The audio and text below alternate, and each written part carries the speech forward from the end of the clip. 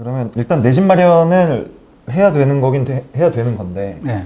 내 집 마련에도 방법이 여러 가지가 있잖아요. 그렇죠. 네. 분양을 받는 방법도 있는 것이고 네. 뭐 기존에 있는 주택을 기축을 사는 것도 있고 사는 것도 있을 것이고 뭐 경매한 것도 있고 뭐 경매도 있을 것이고요. 뭐 여러 가지 방법이 있는데 어떤 그렇죠. 걸 좀 추천을 하시는지. 각각의 이제 장단점이 있어요. 장단점이 있는데 경매 같은 경우는 이제 내가 특정 시점에 특정 단지를 남의 거보다 싸게 살 수 있다는 좋은 툴이에요. 좋은 방법인데 문제는 뭐냐면 내가 원하는 시점에 내가 원하는 단지에서 그게 안 나올 수도 있다는 거고요.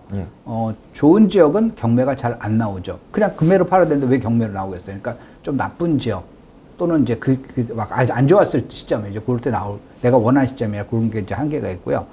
그 다음에 요즘 이제 이제 새 아파트를 얻는 새 아파트가 인기가 있으니까 이제 분양 받는 걸 이제 선호하시는 분도 많은데, 분양도 내가 가점이 높아서 받을 수 있으면 참 좋죠. 근데 가점이 낮는데, 그러다가 기다려. 내가 앞으로 5년을 더 이게 가점을 쌓아야지 된다라고 하게 되면 5년 동안에 내가 기회를 놓치는 거잖아요. 네네. 기회를 놓친 거잖아요. 그래서 실제로 그런 분들이 많거든요. 조금만 있으면 가점 더 높아진데 이렇게 기다리다가 몇 년 동안에 이 기회를 놓치는 분들이 굉장히 많아요. 그래서 그는 자기가 이미 가점이 충분히 뭐 쌓였거나 그러면은 새 아파트 분양 시장 노려보면 되는데 지금부터 가점 쌓아가지고 내가 그거 갖다가 이제 분양만 계속 할까요? 라고 하는 거는 그러면 그 몇 년 동안 시간을 동안 자기가 기회를 놓치는 거니까 그건 좋은 방법은 아니에요. 그러니까 분양은 계속 넣되 그냥 뭐 이거를 아예 메인으로 생각하지는 말라는. 좋은 자기가 기회가 있으면 자금 여력이 있으면 그냥 기축 사는 것도 괜찮아요. 기축 사가지고. 왜냐면은 그 새 아파트는 상대적으로 입지가 떨어지는 데 질 수밖에 없거든요. 네. 예. 그럼 어떤 분들은 이렇게 설명해요. 아니, 건설사들이 다 그 사람들도 전문가들인데, 전문가 중에 전문가인데, 그 사람들이 오죽 잘하게 입지 좋은 걸 선택을 하지, 뭐 당신만큼 똑똑하지 못해가지고 입지 나쁜 데 짓겠어? 아니에요. 입지 나쁜 데 져요. 왜? 그 사람들이 나쁜 게 아니라 입지 좋은 데는 이미 다 아파트가 딴 걸 졌거든. 네네.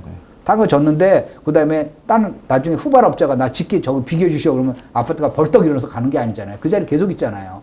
그럼 그보다 약간 입지 떨어진 데 짓는 거고요. 그 다음 건설사는 그보다 좀 입지 떨어진 데 짓는 거고. 그러니까 나중에 짓는 아파트일수록 입지가 점점 떨어진 데 질 수밖에 없거든요.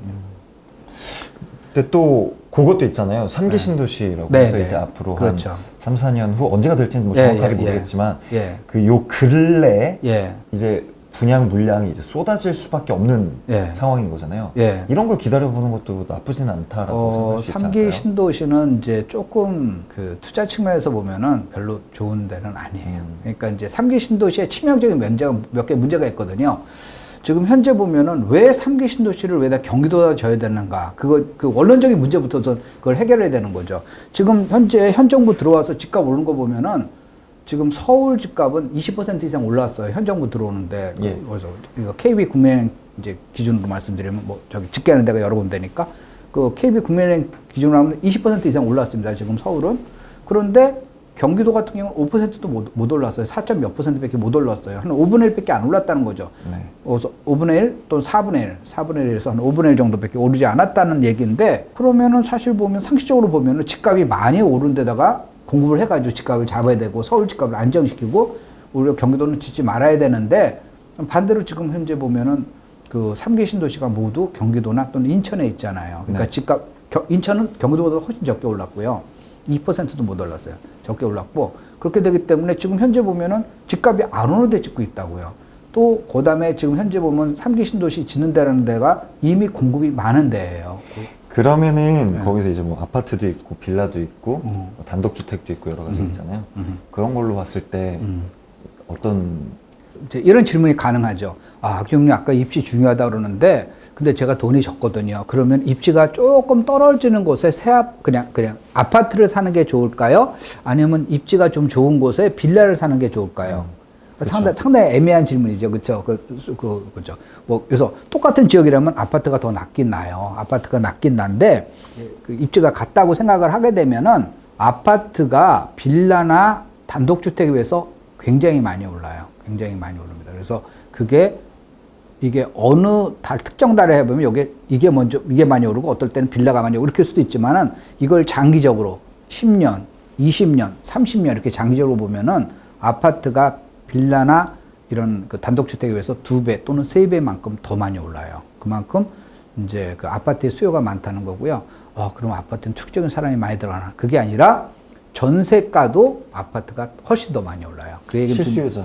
그러니까 우리나라 사람들은 아파트를 좋아한다라는 걸 알 수가 있죠. 그러니까 기본적으로 비슷한 거라고 하면은 아파트가 더 낫다는 거죠. 내가 조금 무리를 하더라도, 그러니까 대출금을 조금 더 내더라도 아파트를 사는 게 빌라나 단독주택보다 훨씬 더 나은 선택이다라는 거죠.